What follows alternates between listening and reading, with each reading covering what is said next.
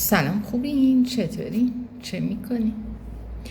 خب با خاطراتمون رسیدیم به موقعی که من رفتم دبیرستان، مدرسه‌ای که راهنماییشو فقط نزدیک خونه و هم فقط سوم راهنمایی گذرونده بودم. خیلی خوش گذشت چون هم درسخون بودم، هم معلم‌ها دوستم داشتن، هم من معلم‌ها رو دوست داشتم، هم سال سوم بودم به هم احترام میذاشتن. یعنی مسلما اگه من اول راهنمایی میرفتم اون مدرسه این جذابیت رو برام نداشت، ولی خب خیلی بهم خوش میگذشت به خاطر همین که سوم بودم.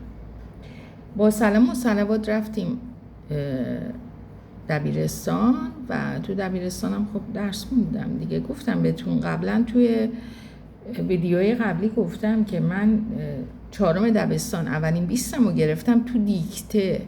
رفتم اول راهنمایی دیدم که همه بچه‌ها معدلشون 20 بوده. من معدل پنجم ابتداییم 16 و 73 یا 83 بود. اما همون سال برای استعدادهای درخشان انتخاب شدم، چون برای امتحانا بلافاصله بلند می‌شدم. زیادم تو خونه درس نمی‌خوندم، هر چی سر کلاس یاد گرفته بودم.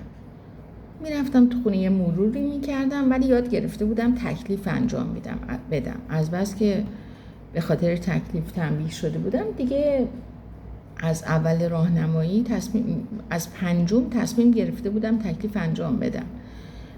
چون معلمی به اون صورت نداشتیم. تو ابتدایی معلم همه درسا بود، یه معلم ریاضی داشتیم که مثلا مدرسه‌مون خیلی حال داده بود به ما، معلم ریاضیمون رو سوا کرده بود، و معلم دینی و قرآنمون که بهتون گفتم از معلم ریاضیمون ساده و با حجاب بود، چادری بود. معلم دینیمون قرتی و لاک زده و همیشه رو سریش همیشه موهای رنگ کرده، موهاش بیرون، یه ذره رو سری مثلثی کوچیک میبست، تمام گردنش بیرون، شمالی هم بود، سفیدم بود، جواهرات مینداخت.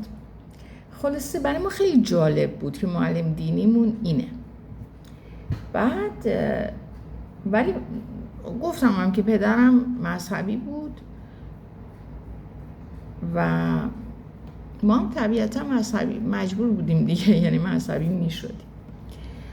تو دبیرستانم پدرم گشت یه مدرسه‌ای پیدا کرد که خیالش راحت باشه که مدیرش سخت گیره، هرچی خودش نیست مدیره به ما سخت گیری کنه. مدیرم قبلا آمادگی دفاعی میذاشت و اسلحه باز و بسته میکردن قبل از که من برم. همون سال قبل از این که من برم چقدرم عشق میکردم، آخ چون من میخوام برم تو این مدرسه، چون خواهرم قبلا تو اون مدرسه بود. منم میرم اسلحه باز و بسته میکنم. خواهرم که فکر کنم میرم فقط نگاه میکرد، انجامش نمیداد. مدیرمونم، یعنی شما تصور کن بچه‌های 13-14 ساله، پسرها که همه رو انقدر تحریک میکردن که برن جبهه و کشته بشن. یعنی بچه کوچیک فیلمش هم میساختن که آره شناسنامه‌شو بزرگ کرده و رفته بود. الانم جدیدن یه فیلمی دیدم که پسر شناسنامه‌شو بزرگ کرد، امین حیایی بازی کرده بود. پسر شناسنامه‌شو بزرگ کرد که برادرش که امین حیایی بود و برداشت. امین حیایی هم سوء استفاده کرد، بعداً پستا رو گرفت، رانتا رو گرفت. پسرم رفت و مسیرش عوض شد. اما دقیقا یادم نیست، انقدر فیلمش مزخرف بود که یادم نیست اسم فیلمش چی بود. دقیقا به همین تازگی دیدم ولی اصلا به خاطر نسپردم اسم فیلمش چی بود. حالا اگه یادم افتاد بهتون میگم. خلاص یه داستان خیلی جالب. ببین تو مدرسه دسته‌بندی بود. من جزو حزب اللهیا بودم، نه که چادر مشکی هم سرمون میکردیم.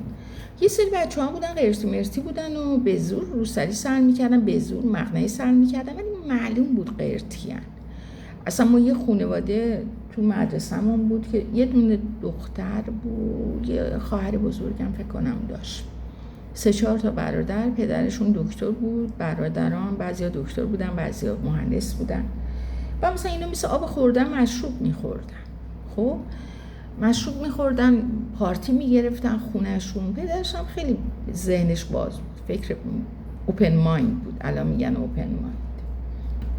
بعد این عکسای، حالا فکر کنم من باهاش دوست صمیمی و جونجونی ام، عکسای پارتی شب قبلش آورد. و این دختره، من درس خون بودم دیگه از اول دبیرستان، اصلا از اول راهنمایی شروع شد که من دیگه معلمای مختلف بودن، استعدادم کشف کردن که مثلا همه درساش خوبه. بعد من اگه یه درسی هم دوست نداشتم مثل جغرافی و تاریخ، میخوندم که پیش معلم ریاضیم ضایع نشم.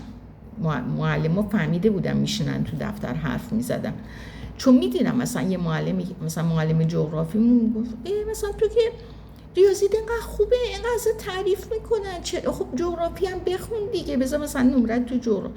من واقعا این کار میکردم، میخوندم، مینوشتم که نمرم خوب بشه. تو دبیرستان دیگه قلق دستم اومده بود چطوری درس بخونم، چطوری تکلیف داشته باشم. اسمش هم بود حزب اللهی بودم، تو هیچ فعالیتی شرکت نمیکردم. خواهرم هم همینطور. ولی مجبور بودیم دیگه تو انجمن اسلامی دبیرستان مدرسه‌مون باشیم، مجبور بودیم، بعد انتخاب میکردیم. تو گروه سرود بودم. بعد من بگم تو سال 88 اصلا حزب اللهی بودم، چون مثلا پدرم رو دوست داشتم، دوست نداشتم ناراحتش کنم. هی میرفتم میومدم، من از سال 68 هی میرفتم میومدم. حالا بعدم بهتون میگم چه اتفاقی افتاد که هی میرفتم میومدم. یعنی هی مذهبی میشدم، هی مثلا شک میکردم، هی مذهبی میشدم، چون میدیدم دیگه، نزدیک بودم میدیدم. بعد دبیرستان ما هم میگم موج بود دیگه. منی که درس خون بودم همیشه تکلیفامو انجام میدادم. این دختره که دختر دکتر بود، ببین این اگه هفته دیگه پارتی داشت میشست از این هفته درسشو میخون. یعنی معلم که درس داده بود زیست شناسی و میگفتیم شیوا داری چی کار میکنی؟ دارم درس میخونم. چرا؟ چون هفته دیگه که مثلا امتحان داریم، من مهمون داریم شب قبل، فکر نکنم بتونم درس بخونم. ببین چطور برنامه ریزی میکنم. من از این یاد گرفتم، بعدن که رفتم دانشگاه این کارو میکردم. اصلا نگاه نمیکرد، میشست قشنگ با دقت میخون. اون موقع که معلم درس میداد میشست میخوند. اگه مثلا میدونست هفته دیگه که امتحان ما داریم این نمیتونه بخونه، بعد برای شب امتحان یه مرور میکرد. این دختر عکس آورده بود از پارتی دیشبشون. منم حرصم گرفته بود، اعتقاداتم داشت بهم فشار می آورد. رفتم به پرورشیمون گفتم، نمیدونم به کی گفتم. حالا بعدم فهمیدم، بعدن که رفتم دانشگاه فهمیدم که بابا اینا خودشونم کیف میکنن، عکس‌ها رو نگاه میکنن، حال میکنن که مثلا بچه‌ها اینطوری لباس پوشیدن، اینطوری دارن مشروب میخورن، حالا ظاهرشون حزب اللهیه. بعد یه روز تو مدرسه‌مون جنگ بود دیگه، تئاتر بود. یکی از این بچه‌هایی که خیلی قرتی بود و اصلا همه میشناختنش و را به را دوست پسر عوض میکرد، خیلی هم خوشگل بود، خوشگل و خوشقد و بالا، اما تئاترش خیلی خوب بود، خیلی خوب بازی میکرد. خانواده‌شون هم مدرسه ما آخه یه جوری بود که مثلا پول میگرفت حسابی. بابای من برای ما دوتا پول داده بود، نه اینکه خودمون که درسمون خوب بود، برای چی پول میگرفت؟ برای اینکه معلم خوب بیاره. گفتم که مثلا اگه برای ما از معلم راضی نبودیم بهش میگفتیم معلمو عوض میکرد با دلیلا، نه الکی، نه اینکه از معلم بدمون بیاد. معلم اگه ما رو جلوی خورشید سرخ هم میکرد کار نداشت، اگه خوب درس نمیداد بیرونش میکرد. اما اگه خوب درس میداد، ما از اخلاقش شاکی بودیم، اینا پیش یه تذکر میداد و اگه مثلا معلم دلیل می آورد به خاطر خودشون اون دیگه ول میکرد. خلاصه یکی از این دختر قرتی‌ها که مثلا ماها اصلا میگفتیم اصلا با این نگردیم، ولی تئاترش خیلی خوب بود، خیلی خوب بازی میکرد. خلاصه یه گروه شدن و یه نمایش اجرا کردن از رزمنده ها دیگه، از جنگ و این چیزا. اینقدر اینا تئاترشون تاثیرگذار بود. آهنگم پخش میکردن، یادتونه که سن درست میکردن، آهنگ پخش میکردن. ببین همه بچه ها احساساتی شدن، بهش میگن رفتار جمعی، همون رفتاری که توی استادیوم میکنن، فوش میدن، طرف رو میبینی اصلا احمق بدترین فوششه، یعنی به خاطر احمق باید تنبیه شه بره تو اتاق به کارهای زشتش فکر کنه، ولی تو استادیوم فوشا میده ها. چرا؟ به این میگن رفتار جمعی. آقا یکی وسط نمایش که تموم شد، آهنگش پخش شد و بازیگرا اومدن روی سن، یکی حتی گریه میکرد نمیدونم داستانش چی بود، کسی از دست داده بود، کسی شهید شده بود، این شروع کرد جیغ و داد کردن و اینا. بعد یکی برگشت گفت من امام زمان رو دیدم. حالا ما مراسم هم داشتیم و گفتم که مراسم داشتیم، مثلا دعای کمیل داشتیم و اینا، بابام هم میگفت بمونین، اگه دعای کمیلی بمونین انجام بدین، یعنی مثلا نمیگفت بیان، برای نماز بمونین. اما اگه میگفتیم تئاتر باید وسط مدرسه میگرفتن، چون اجازه نمیدادن برای تئاتر بمونین. مثلا اردو نمیذاشتن ما بریم. یه بار اردو رفتیم، اونم اردوی جهاد سازندگی بود، همون سالهای اول رفتیم گندم مثلا درو کنیم، کمک کنیم به جهاد سازندگی.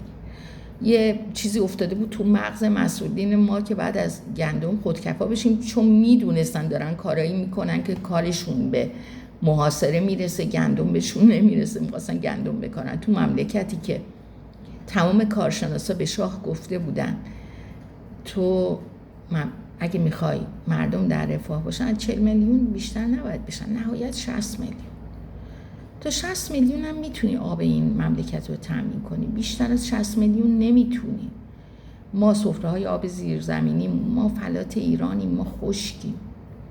کشورهای اطراف هم داریم میبینی، حالا اونا هم که میبینی اونایی که سرشون به اروپا بنده، مثل ترکیه، همه کشورها آب ندارن. ما بدتر از همه، چون وسیع‌تر از بقیه کشورها هستیم. عراق مطابق چند تا استان ماست، اندازه ما که نیست. خلاصه یکی از بچه ها اومد گفت من امام زمان رو دیدم، جیغ زد من امام زمان دیدم. آقا همه بچه ها قش کردن و ضعف کردن و امام زمان رو دیدیم، امام زمان رو دیدیم. اورژانس اومد، آمبولانس اومدن بچه ها رو معاینه کردن، بعضی ها قش کرده بودن، خود منم جزو قشی ها بودم. ببین یعنی واقعا حالم بد شده، یعنی یه محیطی بود، خب اکسیژن کم بود، ما 2 ساعت نشسته بودیم، خسته بودیم، گشنه بودیم. بعد نمایش خوب تاثیرگذار بود، اون دختر قرتی خیلی خوب بازی میکرد، بعد آهنگ تاثیرگذار بود. ما گفتیم من یه چیزی از بچه میگه امام زمان دیدم، مثلا واقعا حالم بد شد، ولی 50% بد شد، 50%ش ادا بود. هیچی. آمبولانس اومد گفت بابا اینا رفتار جمعیشونه، چیز مهمی نیست، اینا خوب میشن. معاینه کردن، 1-2 نفر واقعا، اونم به خاطر کم بوده اکسیژن، بعد اینکه تو اون فضا انرژی کم، اکسیژن کم بود، هوا کم بود، گفتم بیام بیرون حالشون بهتر میشه. اینم داستان ما بود. یعنی فکر کن جنگ بود، رو سرمون بمب میریختن، آسایش نداشتیم، نشسته بودیم درس میخوندیم، توجه علامتی که همکنون میشنوید اعلام خطر یا وضعیت قرمز است، محل کار خود را ترک و به پناهگاه بروید. ببین با تک تک حروف این پیام هشدار ما بدنمون میلرزید. بعد خونه ما یه طبقه بود، تا بریم تو زیرزمین، بعد تازه زیرزمین ما زیر ایوون بود، یعنی زیرزمین واقعی نبود. من یه دوست داشتم اصلا پدرش زیرزمین رو برای جنگ ساخته بود، مهندس بود، بلافاصله زیرزمینش رو آماده سازی کرده بود برای اینکه پناهگاه بشه. اومد قشنگ، من یه بار رفتم خونهشون، رفتم زیرزمینشون، چون اصلا بالا نمی رفتیم که، ما 8 سال خونه هر کس میرفتیم تو پناهگاهش، سلام علیکم حال شما چطوره، یه چایی برامون بیارن. با ترس و لرز میرفتم بالا، یه چایی میریختم میومدم. 8 سال ما رو این تو مملکت رو اینطوری اداره کردن، پدر ما رو در آوردن، خونه ما رو تو شیشه کردن که مثلا دارن جنگ میکنن. اون وضعیت خورد و خوراکمون بود. گوشتای بوگندو، اگه گوشت هم میخواستی بخری که بعد گوشت تنتو میفروختی، گوشت میخریدی. همه چی گرون. را به را هر لحظه منتظری که خبر مرگ یکی رو برات بیارم. اینجوری ما گذروندیم دبیرستانمون. بازم درس میخوندیم، بازم حواسمون به درسمون بود، به آیندهمون. به آینده هنوز امیدوار بودیم. هنوز به آینده امیدوار بودیم. میگفتیم یه شغلی خواهیم داشت، درسمون خوب میشه. ما یه معلم داشتیم، معلم شیمیمون بود. بعد این بچه دارم نشده. اون باز دوباره میزد تو سر ما، میگفتش که آره ما تونستیم خونه بخریم اینطوری، شما چطوری میخواین؟ یعنی بازم تو دبیرستانم که ما بودیم پیش بینی میکردن معلما که روزگار ما بدبختیه، خودمون باور نداشتیم. دیپلممو گرفتم، امتحان دادم برای کنکور. حالا بعداً میگم که کنکور با چه رتبه‌ای قبول شدم، چه رشته‌ای قبول شدم و بقیه ماجرا. لطفاً کانالمو سابسکرایب کنید. موج 46 یوتیوبر. خوشحال میشم که پستای قبلی من ببینید. اگه دوست داشته باشید حتما میرید ببینید، چون من اشاره میکنم که مثلا تو پستای قبلیم، تو خاطرات قبلی گفتم. مراقب خودتون باشین. وقتتون خوش.